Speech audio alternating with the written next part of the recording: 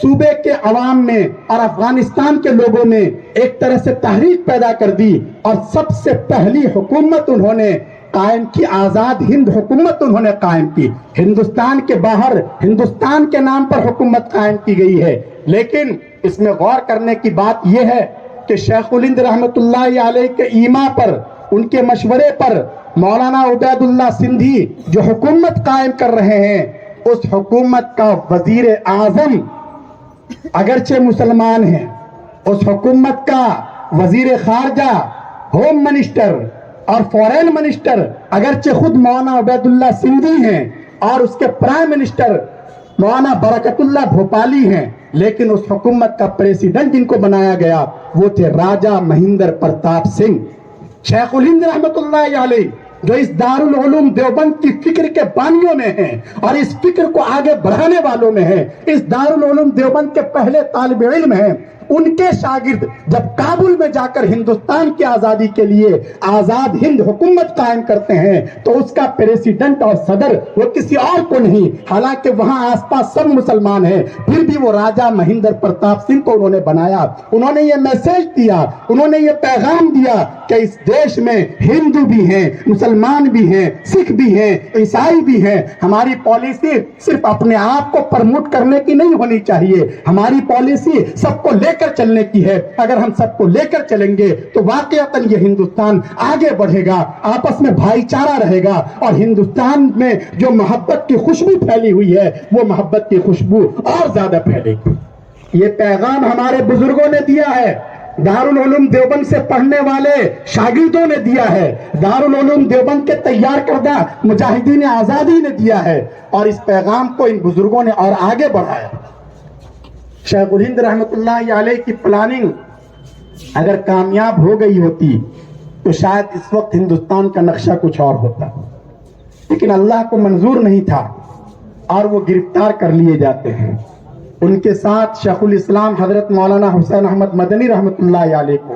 اور ان کے شاگردوں کو مالٹا کی جیل میں بھیج دیا جاتا ہے، لیکن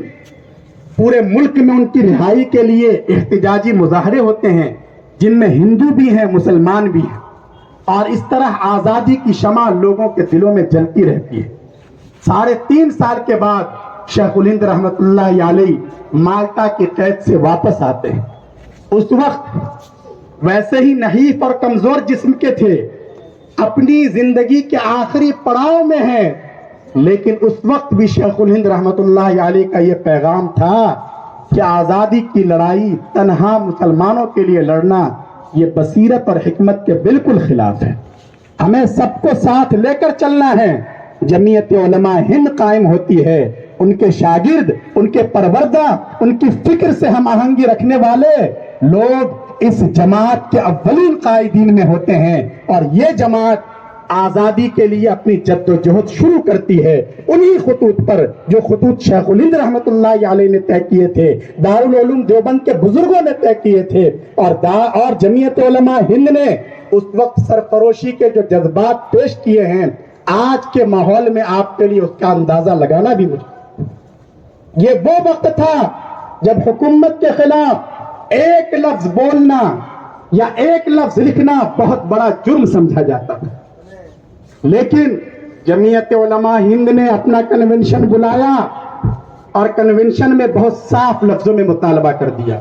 یہ وہ وقت تھا جب آل انڈیا نیشنل کانگریس وجود میں آ چکی ہے، اس کے بڑے بڑے لیڈر ملک کے کونے کونے میں اپنے پروگرام کر رہے ہیں، لیکن انگریزوں سے وہ چند سیاسی مراعات کے علاوہ کسی چیز کا مطالبہ نہیں کر رہے، وہ اپنے حقوق کے لیے اور رائٹس کے لیے لڑ رہے ہیں۔ یہ جمعیت علماء ہند پہلی جماعت ہے جس نے اپنے کنونشن میں کہا کہ ہمیں پورے ملک کی آزادی چاہیے، ہمیں چند رعایتوں کی بھیک بالکل مطلوب نہیں ہے۔ یہ جمعیت نے جب اپنے کنونشن میں یہ مطالبہ منظور کیا ہے، بعد میں جا کر کانگریس نے رد و قدح کے بعد جمعیت کے اس مطالبے کی تائید کی۔ یہ ساری چیزیں آن دا ریکارڈ موجود ہیں۔ ہمارے بزرگوں نے کبھی باطل کے آگے اپنا سر نہیں جھکایا، کبھی اس ملک کی عظمت پر آن پر بان پر آنچ نہیں آنے دی۔ شیخ الاسلام حضرت مدنی رحمت اللہ علیہ کو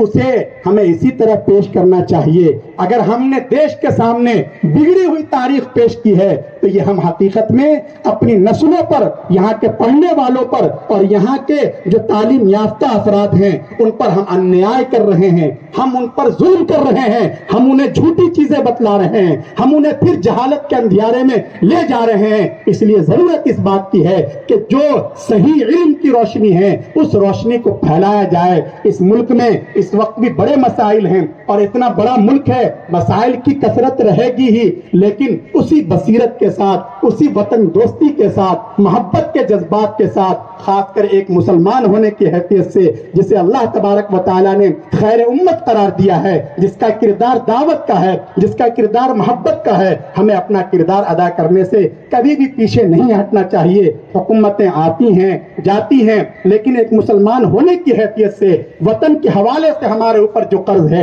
اور اس کے جو تقاضے ہیں ہمیں انہیں ضرور ادا کرنا ہے. میں نے جو روایت پڑھی ہے اس روایت میں رسول اکرم صلی اللہ علیہ وسلم نے یہ تعلیم دی ہے کہ کوئی بھی مسلمان ہوگا اس کے دل میں انسانیت سے محبت ہوگی, لوگوں کے کا خیال رکھے گا. وہ مسلمان صرف وہ نہیں ہے جو اپنے لیے جیتا ہے. کنتم خیر امہ, مسلمان تم بہترین امت ہو. بہترین امت اس لیے نہیں ہو کہ تم بہت نمازیں پڑھتے ہو, بہت روزے رکھتے ہو, بہت عبادتیں کرتے ہو. یہ چیزیں پچھلی امتوں میں بھی تھی اور یہ چیزیں تو ہمارے لیے فرض ہیں, یہ تو ہمیں کرنا ہی ہے. قرآن کریم کہہ رہا ہے تم بہترین امت اس لیے ہو اخرجت للناس, اس لیے کہ تم دوسروں کی نفع رسانی کے بارے میں سوچتے ہو. تمہارے دل میں صرف اپنی محبت نہیں ہوتی, اپنی فکر نہیں ہوتی, بلکہ تمہارے دل میں دوسروں کی بھی فکر ہوتی ہے. اگر محلے میں آگ لگتی ہے تو تمہیں صرف اپنے گھر کی آگ بجھانے کی فکر نہیں ہوتی, بلکہ تمہیں پڑوسیوں کی آگ بجھانے کی بھی اس لیے اتنی فکر ہوتی ہے. اس لیے تم خیر امت ہو,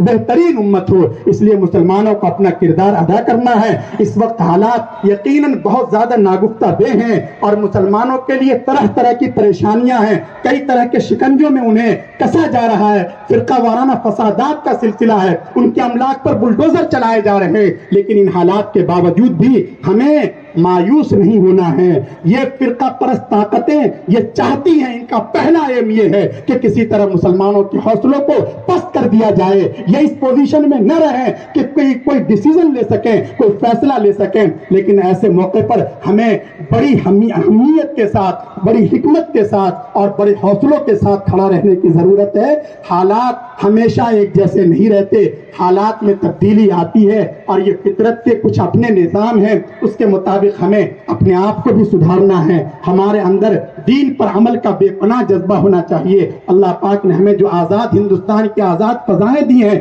تو ہم سب سے پہلے اللہ کے غلام ہیں, اللہ کے محکوم ہیں. ہم اللہ کے علاوہ کسی بھی منش کی اور کسی بھی سنستھا کی اور کسی بھی طاقت کی اور پاور کی ہم غلامی قبول نہیں کر سکتے. لیکن ہمیں اس کی غلامی کی بندھن میں مضبوطی کے ساتھ بننا پڑے گا. ہمارے اندر وہی امانت ہو, ہمارے اندر خودداری ہو, ایک دوسرے کے لیے مرنے مٹنے کا جذبہ ہو, سچائی اور وفا, ایک دوسرے سے کیے گئے وعدے کو نبھانے کا ہمارے اندر جذبہ ہو, تو ہم صحیح معنوں میں مسلمان ہیں. اور ہم جب جتنے اچھے مسلمان ہوں گے اتنے ہی اچھے ہم اس دیش کے لیے اور یہاں کے وکاس کے لیے اور یہاں کی ترقی کے لیے اپنا کردار ادا کر سکیں گے. اللہ تبارک و تعالی مجھے بھی توفیق دیں, آپ حضرات کو بھی توفیق عمل سے نوازیں. آمین وآخر دعوانا الحمدللہ رب العالمین.